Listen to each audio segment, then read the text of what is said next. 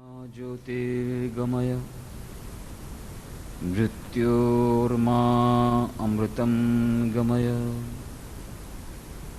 ओम शांति शांति शांति।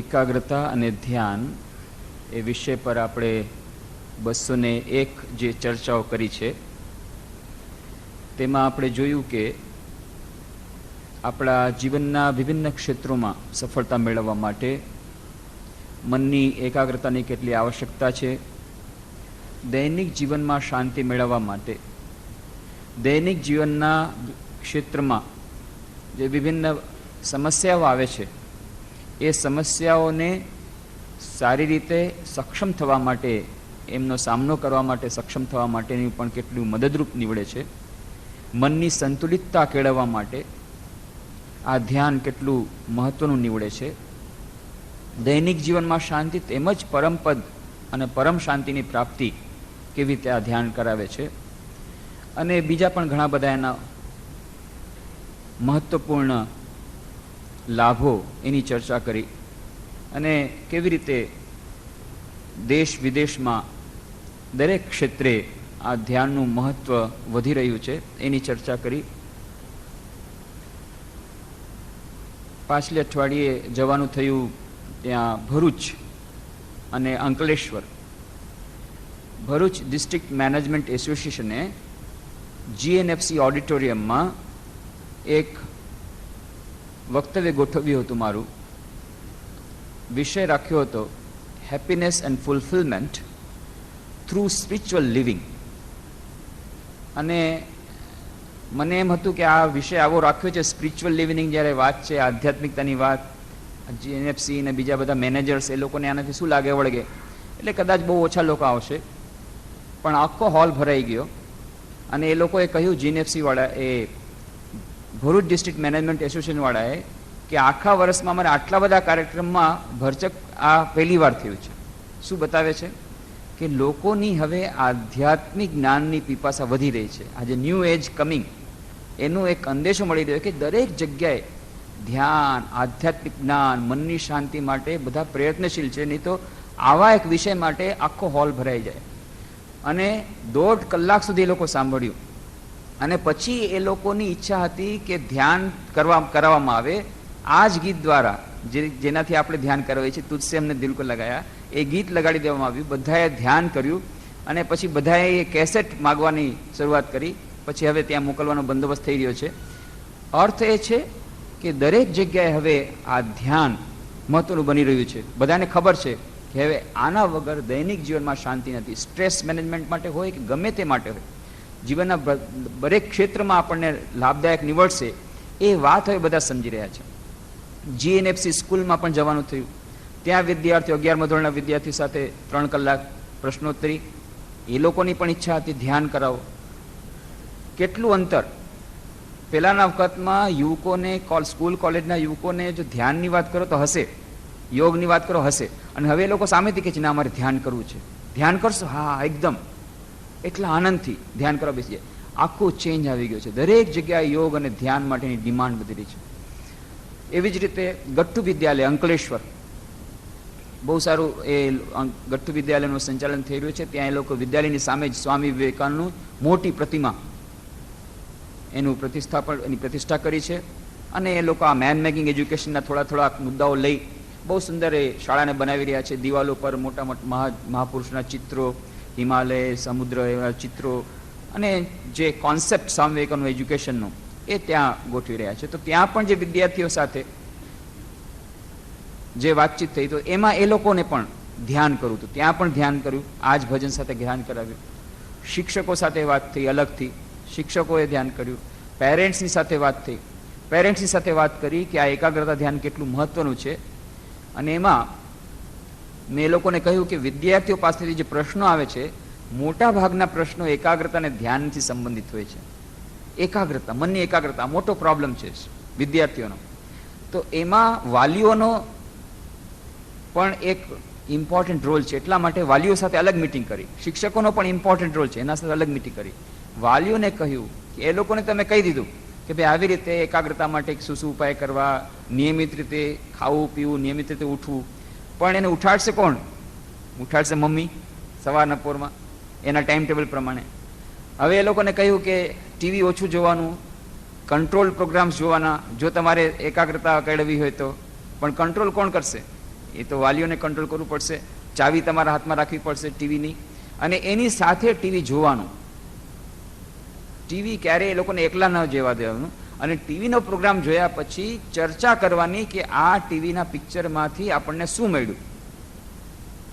તો પછી automatically control થઈ જશે, સારા પ્રોગ્રામ જોવાશે. એટલું જ નહીં, ફક્ત સારા પ્રોગ્રામ જોવાથી પણ નહીં થાય. એમ તો તમે કહી દીધું કે ભાઈ તમે મહાભારત જોઈ લો. મહાભારત તો ધાર્મિક સિરિયલ છે, સારું જોઈ લો. પછી એ નાના બાળકને તમે પૂછો કે ભાઈ જોયું તો એમાં શું શીખા? બોલે મને એ જ ખબર પડી કે યુધિષ્ઠિર જુગાર રમતા તો મારે જુગાર રમવું જોઈએ. યુધિષ્ઠિર તો કેટલા મહાન હતા, એને કેટલું સન્માન મળતું હતું, સર્વશ્રેષ્ઠ માણસ. એ જુગાર રમતા તો મારે જુગાર રમવું જોઈએ. હવે ટીવી સારું બતાવવાથી ફક્ત નહીં થાય, પછી એની સાથે ચર્ચા કરવી પડશે કે ના, યુધિષ્ઠિર જુગાર રહીમાં, એક જુગાર રહીમાં એને કારણે કેટલું મોટું મહાભારત થયું, લાખો લોકો મરાઈ ગયા. એટલા માટે જુગાર ન રમવો જોઈએ. આ એનો મેસેજ છે મહાભારતનો. તો બધા પોતપોતાની રીતે લે છે મેસેજ. આપણે સુવિધાવાદી છે, સગવડીયો ધર્મ છે આપણો. જ્યાં સગવડ મળે એ પાર્ટીમાં આપણે જોઈન કરી જાય છે. તો જ્યાં પિક્ચર જોઈએ છે, પુસ્તક વાંચે છે, બધી જગ્યાથી આપણને મન ફાવતું, મન ગમતું આપણે લઈ લઈએ છીએ. એટલા માટે આવશ્યક છે કે એના ઉપર ચર્ચા થાય. ત્યાં સુધી કે ગટ્ટુ વિદ્યાલય મેં કહ્યું કે અઠવાડિયામાં તમે એકવાર એક પીરિયડ એવો રાખો કે જેમાં આખા અઠવાડિયામાં શું તમે ટીવી જોયું અને એમાંથી તમને શું મળ્યું એના ઉપર ચર્ચા કરો. ઓટોમેટિકલી સારા પ્રોગ્રામ જોવા માટે, ડિસ્કવરી ચેનલ વગેરે જોવા માટે એ લોકોને મોટિવેશન થશે. કેમ? મારે ત્યાં કહેવાનું છે. તો સારા પ્રોગ્રામ જોશે તો ખરાબ પ્રોગ્રામ જોવાનું બંધ કરશે. તમે એને કહેશો કે તમારે પ્રોગ્રામ ટીવી નહીં જોવાનું, નહીં માને, કારણ ખાધા પીધા વગર ચાલે નહીં. આ પણ એક લોકો માટે ભોજન થઈ ગયું છે. પણ તમે સારા પ્રોગ્રામ જુઓ તો સારા પ્રોગ્રામ જોવા એમ કહેવાથી પણ નહીં ચાલે. એના માટે આ ડાયરેક્શન ટીચર્સ, ગાર્ડિયન્સ અને બાળકો, આ બધા માટે. તો એ બધી વાતો થઈ, એકાગ્રતા ધ્યાનની જ વાતો વધુ થઈ, અને આ જ વાતો થઈ કે એકાગ્રતા પ્રાપ્તિ માટે ઉપાયો જ્યારે કરવા પડશે તો એને એક્ઝિક્યુશન, ઇમ્પ્લિમેન્ટેશન જ્યાં સુધી નહીં થાય ત્યાં સુધી થાય. અને ઇમ્પ્લિમેન્ટેશન માટે શિક્ષકો અને વાલીઓનો પણ સહારો લેવો પડશે. એ લોકો સાથે પણ અલગ વાત થઈ. અને આ ધ્યાન માટે બધાએ, અને એ લોકોને વાલીઓને કીધું કે જેમ એ લોકોને કહેવામાં આવ્યું છે દરરોજ તમે ઘરમાં પણ થોડું ધ્યાન કરો. સ્કૂલમાં, નિશાળમાં પણ કહ્યું છે કે તમે લોકો દરરોજ એ લોકોને પ્રાર્થના કરો, સામૂહિક પ્રાર્થના અને ધ્યાન. તો ઘરમાં પણ એવું વાતાવરણ હોવું જોઈએ કે બધાએ સાથે મળીને નાનકડો એક મેડિટેશન કેબિન બનાવો.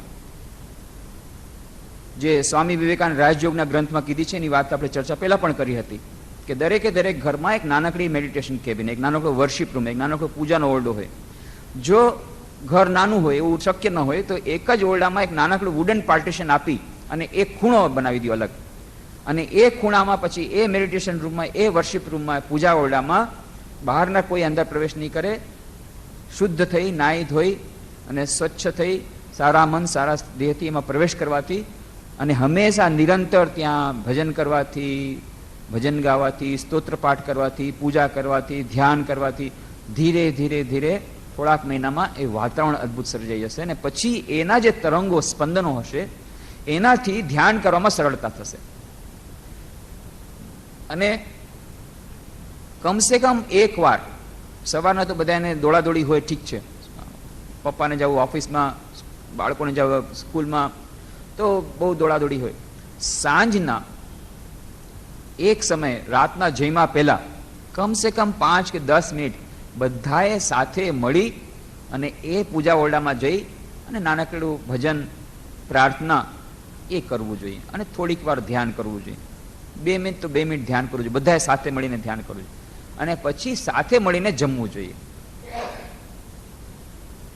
પરિવારમાં કેટલી બધી જાતની અશાંતિ, કેટલી બધી જાતની જનરેશન ગેપ, કેટલી બધી જાતના પ્રોબ્લેમ્સ. આ બધા પ્રોબ્લેમ્સનું સોલ્યુશન આ એક જ સોલ્યુશન છે: ભજન, સામૂહિક ભજન અને સામૂહિક ભોજન. કરીને જુઓ. જે પરિવારમાં એ લોકો કર્યું છે એ લોકોને બહુ સરસ ફળ મળ્યું છે. આ છે પોઝિટિવ મેથડ. નેગેટિવ મેથડમાં આ તરફ હસબન્ડ એક તરફ, વાઈફ એક તરફ, પતિ એક તરફ, પત્ની એક તરફ.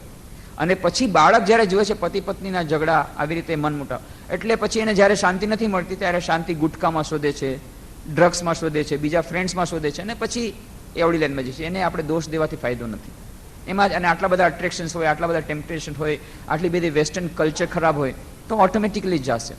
એટલા માટે એ આવશ્યક છે કે ઘરમાં અદ્ભુત વાતાવરણ સર્જાય. ને એ વાતાવરણ સર્જવા માટે આ બહુ મદદરૂપ નીવડશે. જો બધાએ સાથે મળી થોડુંક ધ્યાન કરશે, કમસે કમ એકવાર પ્રાર્થના અને ધ્યાન કરશે, એકાદ પુસ્તક, કોઈ સારા પુસ્તકમાંથી એકાદ ફકરો સાથે બેસીને વાંચશે, અને સાથે બેસીને ભોજન કરશે. એ સાથે બેસીને ભોજન જ્યારે કરશે અને સાથે બેસીને ભજન કરશે, એનાથી જ પોતાની મેળે આ અંદરની જે કોન્ફ્લિક્ટ છે, અંદરના જે પ્રોબ્લેમ્સ છે, ઝઘડા છે, બધા દૂર થઈ જશે. જ્યારે પતિ અને પત્ની સાથે બેસી અને ભજન કરશે અને સાથે બેસીને ધ્યાન કરશે, તો વચમાં તો ભગવાન છે, બંનેના હૃદયને ઠીક કરી દેશે. બંનેના હૃદય અલગ અલગ જઈ રહ્યા છે, પણ એ જ્યારે ધ્યાન કરે છે ત્યારે બંનેના હૃદય ભગવાનમાં આવ્યા અને એ ભગવાન બંનેને જોડી દેશે.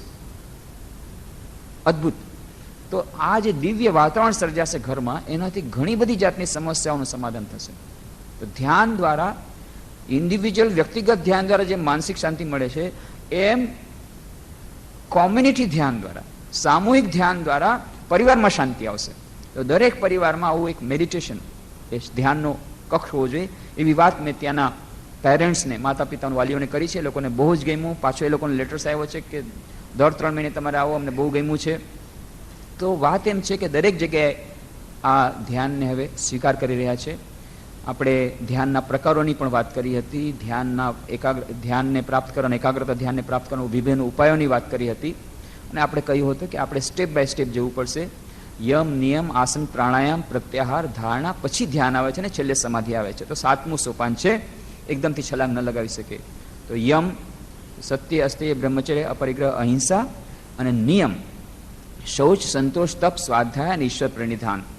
તો ઈશ્વર પ્રણિધાનની વાત થઈ. ઈશ્વર પ્રણિધાનની વાત પતંજલિ યોગ સૂત્રમાં ઘણી વાર આવે છે, અને એનો અર્થ સ્વામી વિવેકાનંદ જુદી જુદી જગ્યાએ જુદી જુદી રીતે કરે છે.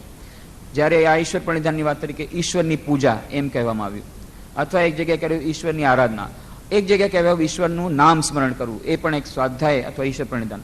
અને એક જગ્યાએ કહેવાયું ઈશ્વરને પોતાના કર્મોના ફળ સમર્પિત કરી દેવા, આ પણ ઈશ્વર પ્રણિધાન છે. અને એક જગ્યાએ કરવામાં આવ્યું કે ઈશ્વર પ્રણિધાન એટલે આત્મસમર્પણ. જો આત્મસમર્પણ આવી જાય, શરણાગતિ આવી જાય ઈશ્વરના ચરણોમાં, તો બધા પ્રોબ્લેમ પોતાની મેળે સોલ્વ થઈ જાય, બધી સમસ્યાઓ પોતાની મેળે સોલ્વ થઈ જાય. પાછલે મહિને જવાનું થયું કલકત્તા. પેલા એક અમારા સ્વામીજી, વૃદ્ધ સ્વામીજી હતા, એમને ટ્રીટમેન્ટ માટે લઈ ગયો હતો. તો એ સ્વામીજી તો અત્યાર સુધી ઇન્ટેન્સિવ કેર યુનિટમાં હતા, અને હવે એમને પેલા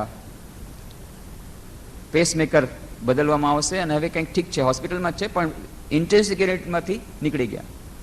પણ એ તો બચી ગયા, અને બીજું અહીંયા ખબર પડી હશે, એક સ્વામીજી બીજા ચાલ્યા ગયા.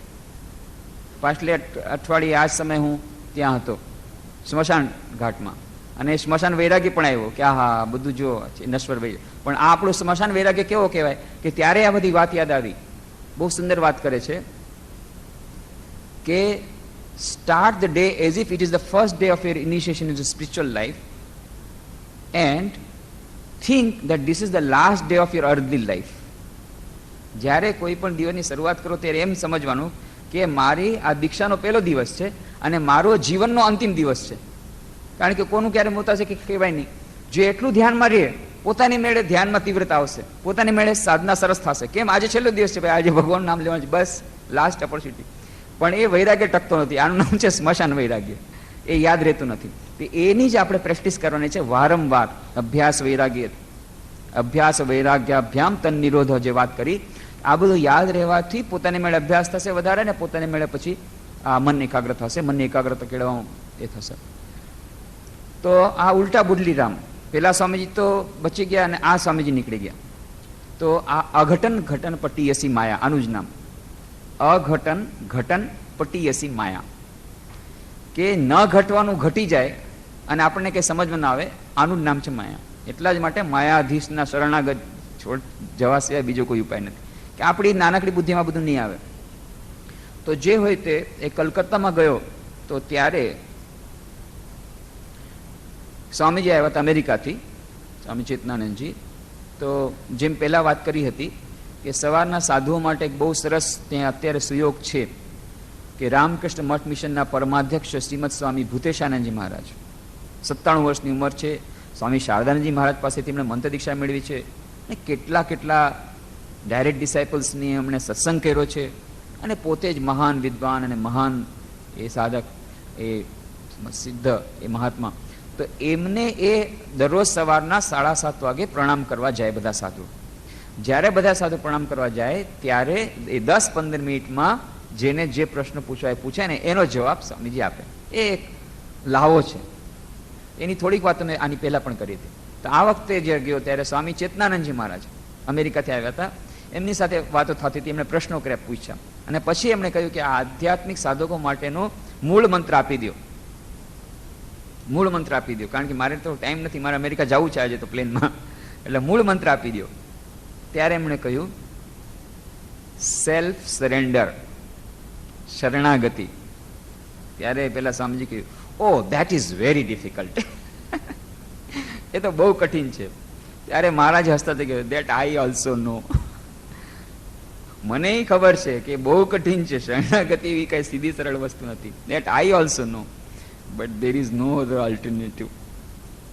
જે ખરેખર સાધનામાં આગળ વધવા માંગે છે, બીજો કોઈ ઉપાય નથી. એ ધીરે ધીરે સરેન્ડરની ભાવના, જે શરણાગતિ, ઈશ્વર પ્રણિધાનની ભાવના, એ લાવવી જ પડશે. ઈશ્વર પ્રણિધાનની ભાવના લાવવા જઈએ છીએ અને તરત જ પહેલા તો ઈશ્વરનો વિશ્વાસ જ નથી આવતો, થોડોક આવે અને પાછું ડગી જાય. કોઈક એવી ઘટના ઘટી, અરે ઈશ્વર આવું બધું કરી શકે, ઈશ્વરના રાજમાં આવું બધું થાય, અને ઈશ્વર આમ કેમ કર્યું, મારી સાથે જ આમ કેમ કર્યું, આમ જ કેમ કરે છે, આ બધી જાતના પ્રશ્નો જાગે, સંશય જાગે.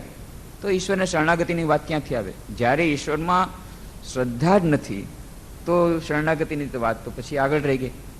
અને એટલા જ માટે એ બધી જે ઘટનાઓ ઘટે એને શરણાગતિની દૃષ્ટિથી લેવાની, એ વાત બહુ જ કઠિન. બીજા દિવસે વાત થઈ રહી હતી અને ત્યારે એક સ્વામીજી પૂછ્યું, કેવી રીતે જાણવું કે કોઈ વસ્તુ અમારી પોતાની ઈચ્છાથી થઈ રહી છે કે ભગવાનની ઈચ્છાથી થઈ રહી છે? ત્યારે મહારાજે બહુ સુંદર વાત કરી, તાર ઈચ્છા છાડા કીછું આ છે, એની ઈચ્છા વગર બીજું કંઈ છે? તમે નથી સાંભળ્યું? એની ઈચ્છા વગર એક પાંદડું પણ ન હલે, ઝાડનું પાંદડું પણ ન હલે. એની ઈચ્છા વગર બધું તો એની જ ઈચ્છાથી થાય છે. એમાં તમારી ઈચ્છા આવી ક્યાંથી?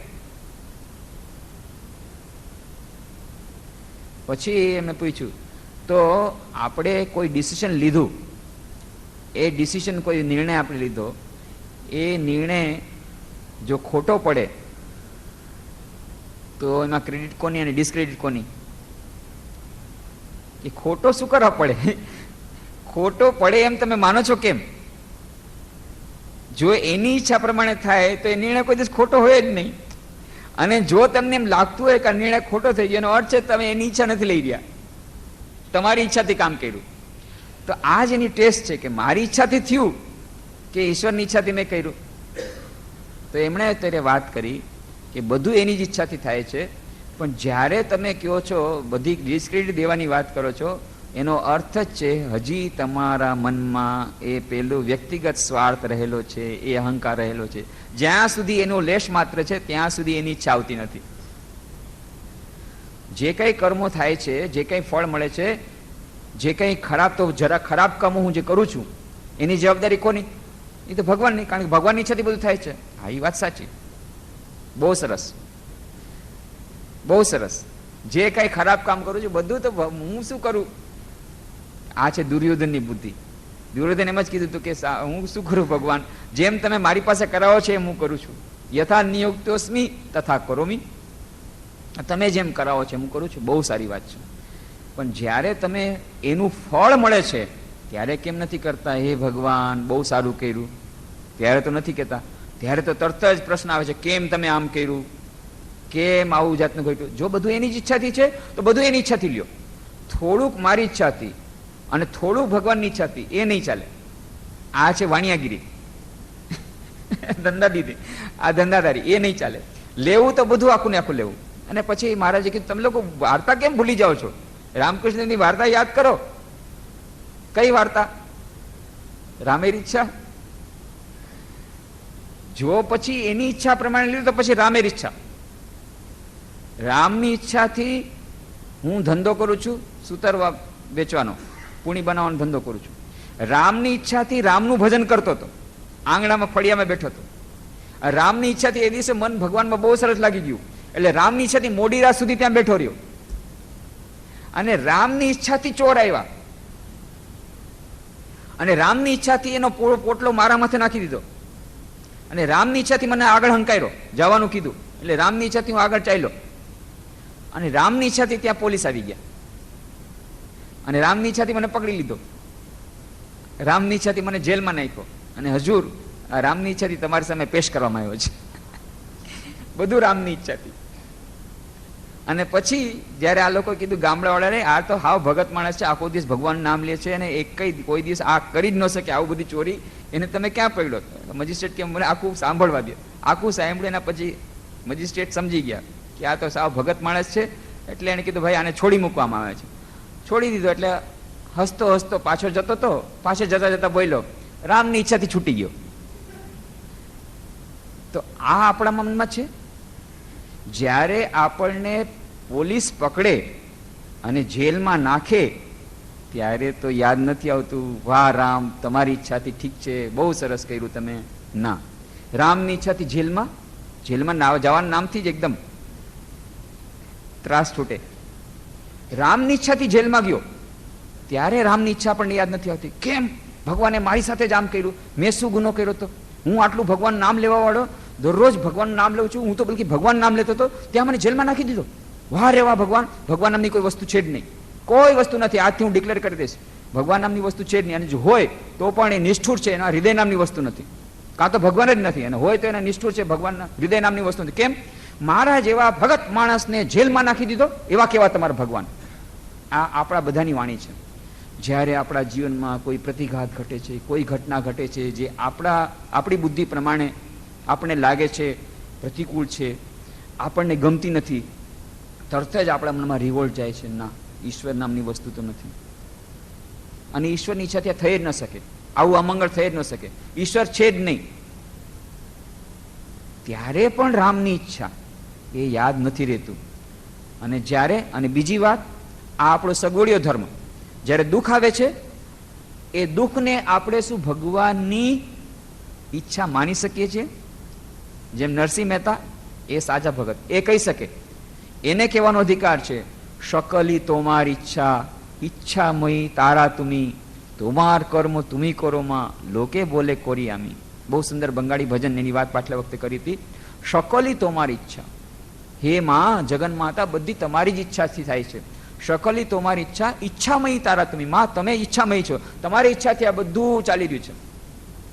શકલી તોમારી ઈચ્છા, ઈચ્છામયી તારા તુમી, તોમાર કર્મ તુમી કરો માં, લોકે બોલે કર્યા મેં. આ બધા કામ તમે કરી રહ્યા છો, અને લોકો કહે છે મેં કામ કર્યું. આ જોયું મેં કેટલું 10 દિવસમાં કેવું કામ કરી નાખ્યું, આ જોયું મેં આ બધું કરી નાખ્યું. બધું માં તમે જ કરો છો, ભગવાન જ તમે જ કરી રહ્યા છો, પણ લોકો પોતે ક્રેડિટ લઈ રહ્યા છે, મેં કર્યું. બધું માં તમે કરી રહ્યા છો. પોંકે બધો કરો કરી, પંગુરે લંઘાઓ ગીરી. હાથીને તમે કાદવમાં ફસાવી દેશો, એવડો મોટો હાથી કેટલો જ બળવાન, એ બિચારો જરાય એક ડગલું નથી હાલી શકતો. કેમ? કાદવમાં એનો પગ ફસાવી દીધો તમે. પંગુરે લંઘાઓ ગીરી. અને કોઈક લંગડો હોય એને તમે આખો મોટો પહાડ તમે લંઘાવી દો, એવી તમારી શક્તિ છે. આ બધી તમારી ઈચ્છા. ઓંકે બધો કરો કરી, પંગુરે લંઘાઓ ગીરી, કારે દાવમાં બ્રહ્મપદ, કારે કરો અધોગામી. કોઈકને તમે બ્રહ્મપદ આપી દો છો, અને કોઈકને અધોગામી કરી દો છો. કોઈકને બહુ સરસ ધ્યાન ચલાવે છો, કોઈકને બહુ સારું ધ્યાન, બેસતાની સાથે ધ્યાન લાગી જાય, અને કોઈક બિચારો ધ્યાન કરવા બેસે કંઈ લાગે જ નહીં. આ બધું તમારી જ ઈચ્છાથી થાય છે. અને આમી જંત્ર તુમી જંત્રી, આમી ઘોર તુમી ઘોરણી, આમી રથ તુમી રથી, જેમન ચાલાવ તેમની ચોલી. હે માં, હું તો યંત્ર છો, તમે યંત્રી છો. હું મશીન છું, તમે એન્જિનિયર છો, તમે ચલાવવાવાળા છો. આમી જંત્ર તુમી જંત્રી, આમી ઘર તુમી ઘરણી. હું ઘર છું ને તમે ઘરની ગૃહિણી છો. આમી રથ તુમી રથી. હું રથ છું અને તમે રથ હંકારનાર છો. જેમન ચાલાવ તેમની ચોલી. તમે આ રથને જેમ ચલાવો છો એમ હું ચાલું છું. મારી પોતાની કોઈ ઈચ્છા નથી. આ છે અંતિમ, આજે ઈશ્વર પ્રણિધાન જેની વાત પચન યોગસૂત્ર કહે છે શરણાગતિની જે વાત કરે છે એની આ અંતિમ સ્થિતિ, આ છે પરિણતિ. એના માટે ધીરે ધીરે આપણે આગળ વધવું પડશે. પણ એના માટે આ સાધના કઈ, એ જે કંઈ ઈચ્છા, જે કંઈ ઘટિત થાય છે, આપણે આપણું સર્વશ્રેષ્ઠ કામ કરીને ડુ યોર બેસ્ટ અને પછી leave the rest. But first you must do the your best. પહેલેથી જ અચ્છા ઠીક છે, ભગવાનની ઈચ્છા થશે તો થશે, નહીં. આપણને જે ભગવાને આપ્યું છે કેપેસિટી પ્રમાણે કામ કરીને પછી જે કંઈ ઘટિત થાય છે એ જો ભગવાનની ઈચ્છા કરીને. ઈશ્વરની ઈચ્છા એટલે બીજું શું છે? ઈશ્વરની ઈચ્છા એટલે, ઈશ્વર એટલે બીજું શું? Cosmic intelligence. કોસ્મિક ઇન્ટેલિજન્સ, આ સમષ્ટિ જે જ્ઞાન અને ઋતમ, એને ઋત પણ કહેવામાં આવ્યું, ધ કોસ્મિક લો, વૈશ્વિક એક નિયમ, એ નિયામક ઈશ્વર, એ સર્વ નિયામક ઈશ્વર, એના નિયંત્રણ હેઠળ બધું થાય છે. આ લો છે. જેમ કે લો ઓફ કર્મ મૂકી દીધો, લો ઓફ કર્મ, જેવું આવશો તેવું લણશો. આ એક કર્મ સિદ્ધાંત છે. જેવું આપશો તેવું પામશો. જો તમે આખા જીવન સુધી નેગેટિવ થિંકિંગ કર્યું હશે, બીજાને માટે તમે ઘૃણાની ભાવનાઓ ફેલાવી હશે, વિચારો ફેલાવ્યા હશે, એ બધા ફરી ફરી ફરી અને તમારા મગજમાં આવશે અને તમને બેચેની લાગશે. ગમે તે ઉપાય દ્વારા તમે પછી શાંતિ તમને મળશે નહીં. કેમ? અશાંતિના વિચારો આપણે આખા જંગે કર્યા એ બધા પાછા આવે છે. જે આપણે મોઢામાંથી કોઈ એવા શબ્દો બોલ્યા હશું, બંદૂકની ગોળી છોડી હશે, એ બંદૂકની ગોળી પાછી આવશે કાનમાં. ભલે એમાં સમય લાગશે પણ આવશે. અને ચક્રવર્તી વ્યાજ સહિત એ ડાયનામોમાંથી, ડાયનામો સર્કિટ પૂરું થશે, ચક્રવર્તી વ્યાજ સહિત આપણને પૂરું કરવું પડશે. આ કર્મનો સિદ્ધાંત છે. તમે કહેશો કે ભાઈ કર્મના સિદ્ધાંતમાં અમે માનતા જ નથી. તમે માનો કે ના માનો, કર્મનો સિદ્ધાંત પોતાનું કામ કરશે જ. તમે કહો ભાઈ હું ગુરુત્વાકર્ષણ સિદ્ધાંતમાં માનતો નથી, અને 7મા માળથી તમે પડતું મૂકો ગેલેક્સી એપાર્ટમેન્ટમાંથી, બસ સાંજ સમાચારમાં ફોટો આવશે તમારો. તમે ભલે ના માનતા હો ગુરુત્વાકર્ષણ સિદ્ધાંતમાં, પણ ગુરુત્વાકર્ષણ સિદ્ધાંત કામ કરશે જ. લાઇટ હાઉસ પ્રિન્સિપલ્સ, બહુ સુંદર વાત કરી.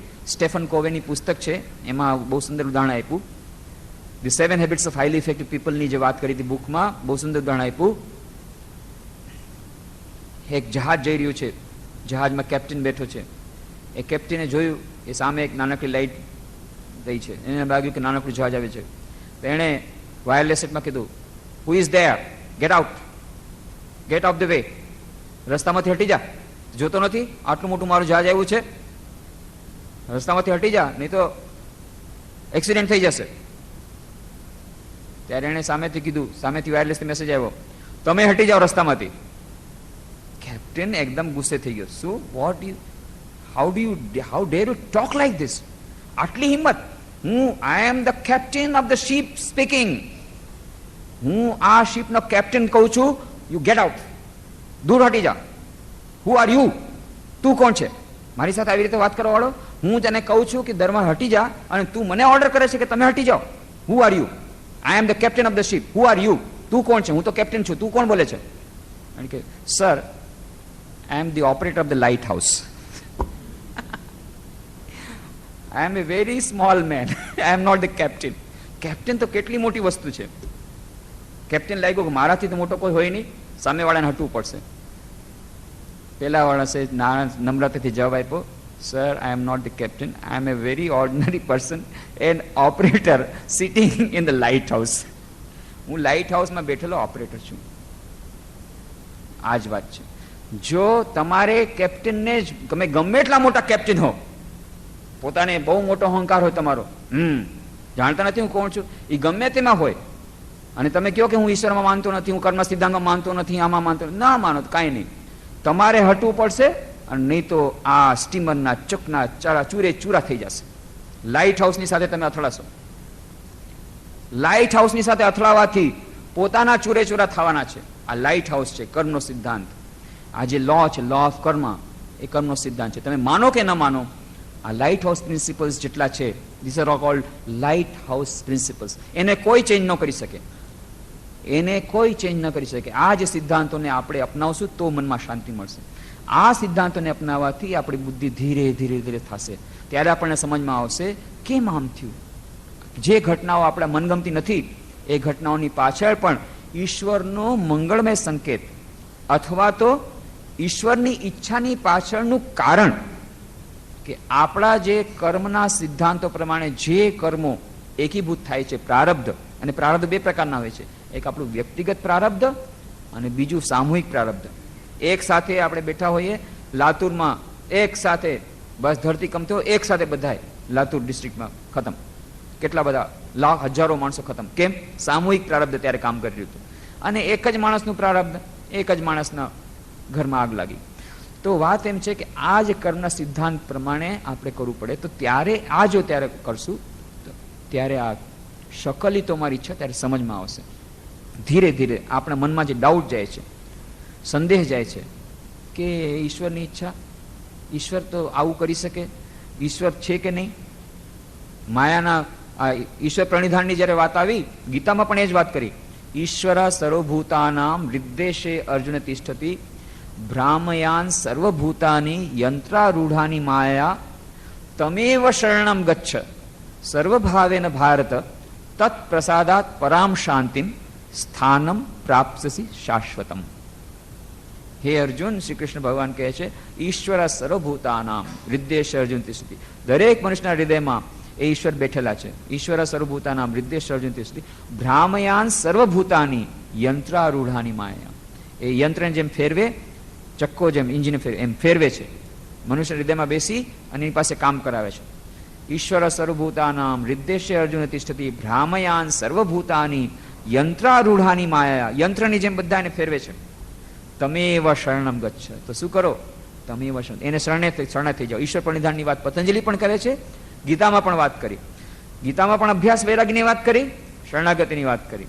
પતંજલિ યોગ સૂત્રમાં પણ અભ્યાસ વૈરાગ્યની વાત કરી, ઈશ્વર પ્રણિધાનની વાત કરી. તમેવ શરણમ ગચ્છ સર્વભાવેન ભારત. એને શરણાગત થઈ જા. બધા પોતાના વિચારો બધી સર્વ રૂપે એને શરણાગત થઈ જા. તમેવ શરણમ ગચ્છ સર્વભાવેન ભારત તત્ પ્રસાદાત પરામ શાંતિમ સ્થાનમ પ્રાપ્સસી શાશ્વતમ. એના પછી તને એ શાંતિ મળશે. કેવી શાંતિ? ચિર શાંતિ, અનંત શાંતિ, શાશ્વત શાંતિ, શાશ્વત સ્થાન, શાશ્વત પદ, શાશ્વત સુખ અને શાશ્વત શાંતિ ક્યારે મળશે? જ્યારે આવી રીતે સંપૂર્ણ શરણાગતિ આવશે. આ ઈશ્વર પ્રણિધાનની વાત કરે છે. અને ત્યારે જ પછી આપણે આ દરેકે દરેક જે ઈશ્વરની ઈચ્છા પ્રમાણે થાય છે એની તરફ લઈ શકશું.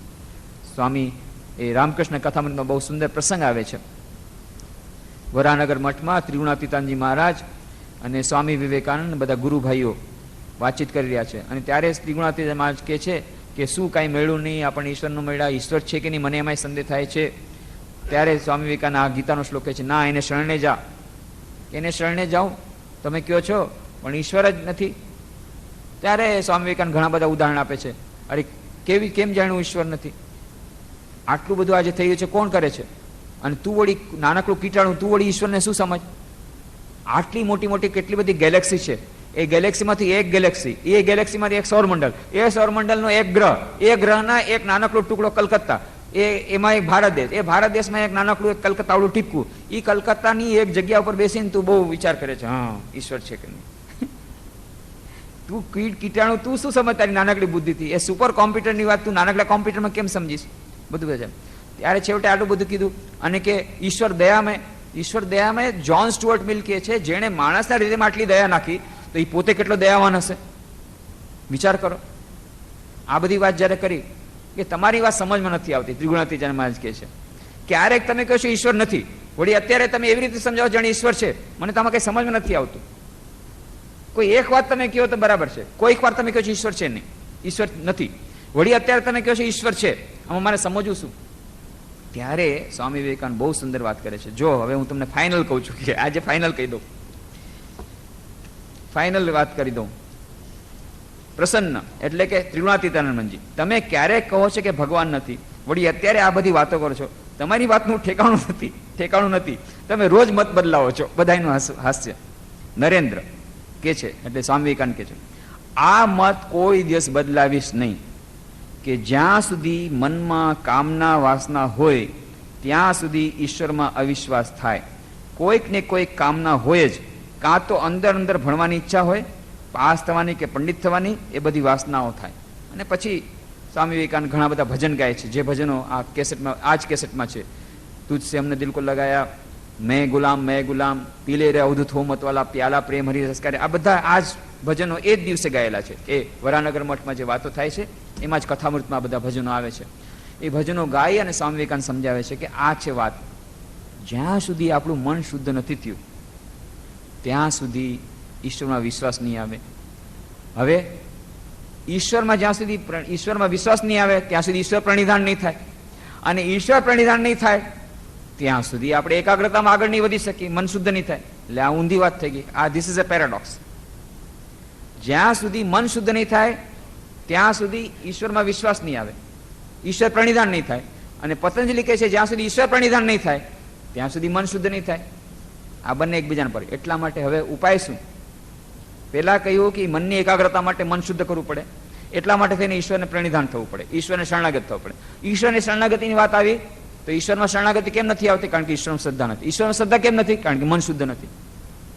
અરે મનની શુદ્ધિ માટે તો ઈશ્વરને શરણાગત થાય છે, અને ઈશ્વરની શરણાગતિ માટે મનની શુદ્ધિ જોઈએ છે. તો હવે કેવી રીતે કરવું? It is A વિશિયસ circle. ઉપાય છે working faith. Ramakrishna mission, Ramakrishna દેવના અંતરંગ શિષ્ય હતા, બહુ સુંદર વાત કરતા. Working faith, have working faith. અચ્છા, તમને પૂર્ણ વિશ્વાસ અત્યારે નથી ને ઈશ્વરને, કાંઈ નહીં, જેટલો વિશ્વાસ એનાથી આગળ વધો ધીરે ધીરે, અને એટલું શરણાગત થતા જાઓ, અને એટલું ભગવાનનું નામ લેતા જાઓ, અને એટલો જપ ધ્યાન કરતા જાઓ, અને એવી રીતે ધીરે ધીરે આગળ વધશો. એવી રીતે ધીરે ધીરે ધ્યાન કરવાથી મન શુદ્ધ થશે. જેમ જેમ મન શુદ્ધ થશે એમ વળી સારું ધ્યાન ચાલશે, એમ વળી ઈશ્વરમાં શ્રદ્ધા વધશે, એમ વળી ઈશ્વરમાં જ્યારે વધુ શ્રદ્ધા થશે વળી મન વધારે શુદ્ધ થશે. આ બંને એકબીજાને પરિપૂરક બની જશે. તો જ્યાં છો ત્યાંથી, અત્યારે ઠીક છે, જેટલી શ્રદ્ધા છે એનાથી શરૂઆત કરીએ, જેવી મનની શુદ્ધિ છે એનાથી જ આપણે ધ્યાનની શરૂઆત કરીએ. ધીરે ધીરે ધીરે જ્યાં છીએ ત્યાં જ. કોઈ દિવસ નિરાશ નહીં થવાનું. હાય મારું મન તો એવું છે કે આ મન દ્વારા ધ્યાન હું નહીં કરી શકું. સ્વામી વિવેકાનંદજી મહારાજ કહે છે, આ જગતમાં એક પણ મનુષ્ય એવો નથી, પરમપદને પંથમાં કે એક પણ મનુષ્ય આ જગતમાં પૃથ્વીલોકમાં એવો નથી કે જે એમ કહે કે મારું મન એટલું ખરાબ છે કે ઈશ્વરને નામ સ્મરણ કરવાને હું લાયક નથી. નહીં, બધા લાયક છે.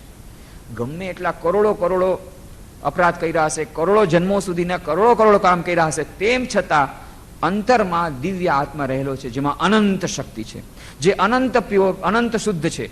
એની શુદ્ધતામાં કોઈ પણ આંચ આવતી નથી. એ બહારના પડદામાં આંચ આવે છે. એને સ્મરણ કરી અને એ જ ઈશ્વર અંદર બેઠેલો જ છે, અને દરેક મનુષ્યની અંદર બેઠેલો છે. એ ઈશ્વરને સ્મરણ કરવાનો અધિકાર દરેકને છે. આપણે ગમે એવા કર્મો કર્યા હશે, એ સ્મરણ કરવાથી ધીરે ધીરે ભલે શરૂઆતમાં અત્યારે ખૂબ કઠિન લાગશે. એટલા માટે જેના કર્મો ખરાબ હશે એનું મન ખૂબ જ ચંચળ હશે, 2 મિનિટ પણ બેસી નહીં શકે. એનું મન જ એને બહાર ઊભું કરી નાખશે. કેમ? પૂર્વજન્મના કર્મો જે છે. આપણે જ્યાં છીએ ત્યાંથી શરૂઆત કરીએ. અત્યારે હું 5 મિનિટથી વધારે બેસી નથી શકતો, કાંઈ વાંધો નહીં. 5 મિનિટ બેસી અને ધ્યાન કરવાનું શરૂઆત કરો. ધીરે ધીરે શરૂઆતમાં કડવું લાગશે. એક અવસ્થા એવી આવશે કે 5 મિનિટને બદલે તમે 6 મિનિટ ચૂપચાપ બેસી શકો છો. 7 મિનિટ, 8 મિનિટ, ધીરે ધીરે વધવું પડશે. Let us start from where we are. અને સ્વામી વિરજાનંદજીની વાત યાદ રાખીએ. ગમે એટલા આપણા ખરાબ કર્મો હશે, આપણા પૂર્ણ ક્યારેક એવી વસ્તુ આવે છે સાધકના જીવનમાં, જ્યારે આ ધ્યાન વધુ કરવાથી ધીરે ધીરે આ બધી મનની જ્યારે સફાઈ થાય છે, અચેતન મનના સંસ્કારો બહાર આવે છે, બધી અશુદ્ધિઓ જે અંદર પેટેલી હતી બહાર આવે છે, ત્યારે સાધક ગભરાય છે. આ તો શું થઈ ગયું? આના કરતાં પેલા સારા હતા. આ તો એકદમ એવું લાગે છે કે જ્યારે આપણા માટે કંઈ છે જ નહીં આ દુનિયામાં. કોઈ આપણે હવે આ ધ્યાન એકાગ્રતામાં આગળ વધી જ નહીં શકીએ. નિરાશા, અંધકાર. ત્યારે પણ યાદ રાખવાનું કે અંદર અનંત શક્તિવાળો આત્મા બેઠેલો છે, અનંત શુદ્ધતાવાળો આત્મા બેઠેલો છે. અને બીજું, આપણા ગમે એટલા ખરાબ કર્મ હશે એ કર્મો ધીરે ધીરે કપાશે, અને એ કપાવાનો એકમાત્ર માર્ગ છે પ્રભુનું નામ, પ્રભુનું ધ્યાન. એટલા માટે કોઈ પણ જાતનો સમય વેડફાય વગર, કેટલાક લોકો આમાં સમય વેડફી નાખે છે. હાય મારું મન એમ કેમ ખરાબ થઈ ગયું? કેમ મારું મન ધ્યાનમાં ન લાગે, બીજાનું મન ધ્યાનમાં લાગે? કેમ હું 5 મિનિટ ન બેસી શકું? કેમ ઓલી બેસી શકે ને ઓલો બેસી શકે ને હું કેમ ન બેસી શકું? એવાથી મારા ક્યાં ખરાબ કેમ કર્યા છે? એટલા નેગેટિવ થિંકિંગમાં આખો દિવસ કાઢી નાખે. એના કરતાં જે થઈ ગયું થઈ ગયું. અત્યારે જે આપણું મન છે આ હકીકત છે.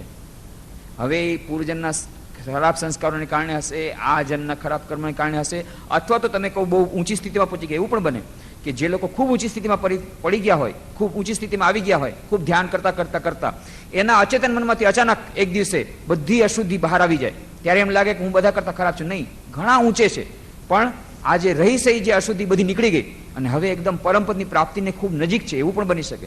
તો આપણે ક્યારે કોણ કઈ સ્ટેજમાં છે કાંઈ આપણને ખબર નથી પડતી. એટલા માટે એમાં સમય વેડફ્યા વગર કે મને મહારાજ મારું મન કેવું આવું ખરાબ છે, કેમ મારું મન લાગતું નથી, અને આ નેગેટિવ થિંકિંગમાં પોતાનો સમય બગાડ્યા વગર પૂર્ણ એકાગ્રતાથી જેટલું બની શકે જ્યાં છીએ એ હકીકતને સ્વીકાર કરીને પોતાના અહંકારને બાદ ઠીક છે, જે થઈ ગયું થઈ ગયું, બીતી તાહી બિસાર દે, આગે કે સુધ લે. આજે મારું મન આવું છે, ઠીક છે, હું આજથી શરૂ કરીશ. Let me start from today and now.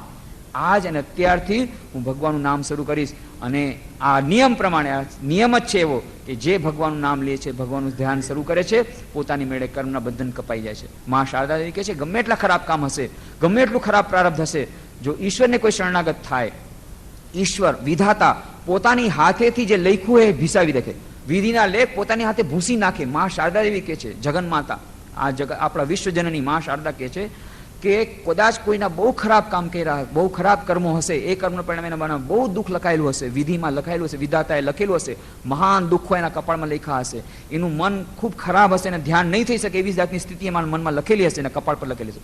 પણ જો એ ભગવાનના શરણાગત થશે, ઈશ્વર પ્રણિધાન કરશે, ભગવાનનું નામ સ્મરણ કરશે, તો વિધાતા પોતાની હાથેથી એ લૂછી નાખે છે. આપણા માટે બહુ મોટી આશાની વાણી છે મા શારદા દેવીની. એટલા માટે આપણે જ્યાં છીએ ત્યાંથી જ ધ્યાનનો પ્રારંભ કરીએ. ઓમ શાંતિ શાંતિ શાંતિ. હરિ ઓમ તત્સત. શ્રી રામ કૃષ્ણાર્પણમસ્તુ.